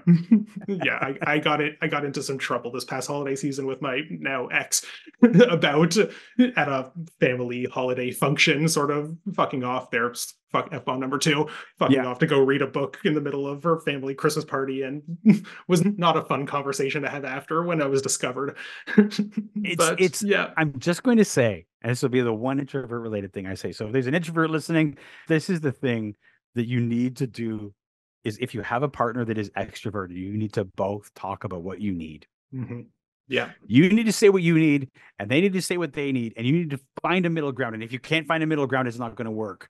But you both have to say what you need, so that you don't have misunderstandings like that, so that they know that you're going to do like some kind of thing. Like, you're going to go to their family Christmas, and you're going to give them and they're going to go. And because they know your battery is gone and you can go. But if you don't have those conversations, if you're not talking about the things that you need, it's just not going to go well. So always, this is the thing that Jess and I Yeah. always say: what you need. Yeah. Communication. Yeah. Yeah. Yeah. No, and it's good. And listening to your show that I wish I discovered earlier has perhaps given me more of a vocabulary for voicing that. So thank you for that. That's good to hear. I'm sorry that you didn't find it sooner. Yes. Well, but it's also interesting because, like, yes, I'm aware of myself as an introvert, but I only really started listening to this podcast because I was aware of you from your theater podcast. Ah. And I don't know if I would have sought out how to be an introvert in society podcast just on my own terms. It's now listening to it, I'm like, oh my God, thank you for saying all these things that I've thought or felt. But I don't know if I would have had the gumption to find or seek out something like this. It's an interesting thing because a lot of times, and this is again, like I said with Stageworthy, I started it because I was trying to challenge myself to have conversations with people that I didn't know. And it comes down to a lot of times introverts feel shame about being introverted because we're the people who in our lives who are not introverted think it's weird.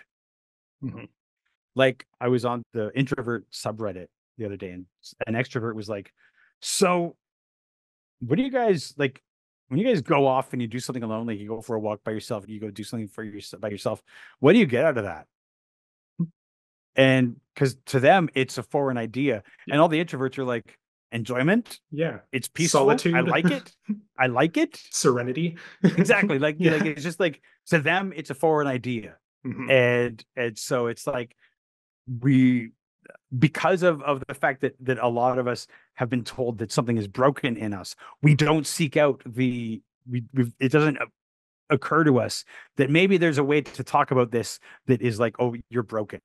It's like, Yeah, you need to be fixed. Yeah. right. And then so you don't even seek out like, oh, maybe this is okay, because it's not a thing that occurs to you. So people stumble across our podcast in different ways. Mhm. And when they do, they find that maybe being introverted is not the thing they thought it was. Yeah, it's fair. So I hope a lot of people are getting good stuff out of that, regardless of So where they align themselves on that that's right. spectrum. Yeah, Yeah. absolutely. Absolutely.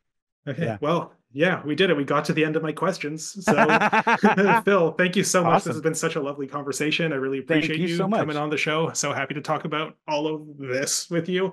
Absolutely. We Pleasure. diagnosed all the problems in Canadian theater, every single There we one of go. them. There's not one that We cover. solved all of the We problems with solved them. Canadian theater. Boom. Yeah. Done. Listen to Yeah. this podcast. You'll get all the answers. Yeah. All the artistic directors take notes, I guess. Yeah. They're all going to come in. They're going to be like, oh, I hadn't thought about that. Huh, I need to change my poster design if you Yeah, take one lesson from that'll this. do it. I'll change my poster design. Please do, though. Please do, though. Please do.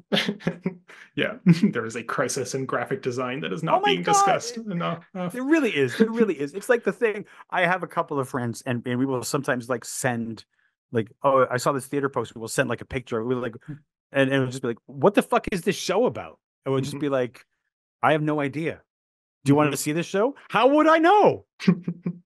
Anyway, I guess if you just like the people in it, and that is a way, we didn't really talk about this, that the star system in Canada, while it is virtually non-existent, it is at least trying to present it. So like if you see Mev Beatty on a poster, you'll be like, I like her. I will see this show. Maybe.